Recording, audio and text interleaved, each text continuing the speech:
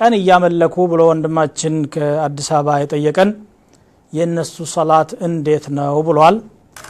ቀን ያምልኩ፣ ዛፍ ያምልኩ፣ ሰው ያምልኩ፣ ሌላ ምንም ነገር ይሁን ጅን ያምልኩ፣ ከአላህ ውጪ የሚያመልኩ ሰዎች ካሉ ስራቸው በአጠቃላይ ውድቅ ነው የሚሆነው።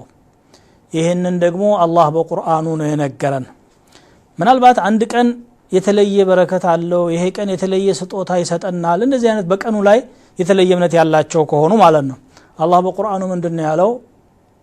ለኢን አሽረክተ ለየሕበጠነ ዐመሉከ፣ ካሻረክ ስራህ የተበላሸ ይሆናል ይላል።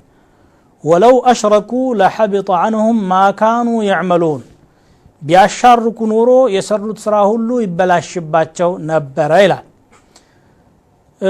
ወመን የክፉር ቢልኢማን ፈቀድ ሐቢጠ ዐመሉሁ ወሁወ ፊል አኺረቲ ሚነል ኻሲሪን፣ በኢማን የካደ ሰው ስራው ይበላሽበታል፣ አኺራም ውስጥ ከከሳሪዎች ይሆናል።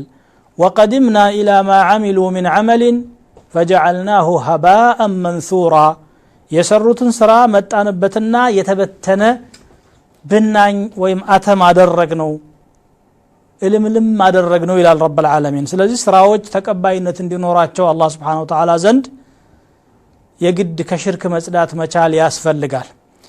ከባዕድ አምልኮ መጽዳት ያስፈልጋል። ከአላህ ውጪ ለሚደረግ ሁሉ አምልኮ ከሚደረግ ሁሉ አምልኮ መጽዳት ያስፈልጋል። ምክንያቱም ዲን አልእስላም ከምንም በላይ የሚኮንነውና የሚዋጋው ቢኖር ሽርክ ነው።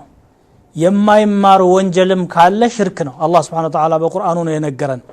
إن الله لا يغفر أن يشرك به ويغفر ما دون ذلك لمن يشاء، الله በሱላይ ማሻረክን አይምርም። ከዚህ ውጭ ያለ ወይም ደግሞ ከዚህ በታች ያለን ግን ለፈለገው ሰው ሊምር ይችላል። ሰውየው ዚና ቢሰራ ዚና መስራት ከባድ ወንጀል ነው። ይሁን እንጂ አላህ ሊምረው ይችላል። ሌሎችም ነገሮች አላህ ሊምረው የሚችላቸው ወንጀሎች አሉ። ሽርክ ከሰራና ከሽርኩ ሳይመለስ ተውባ ሳያደርግ እንዳሻረከ ከሞተ ይሄ ሰው መማሪያ የለውም በጭራሽ ማለት ነው።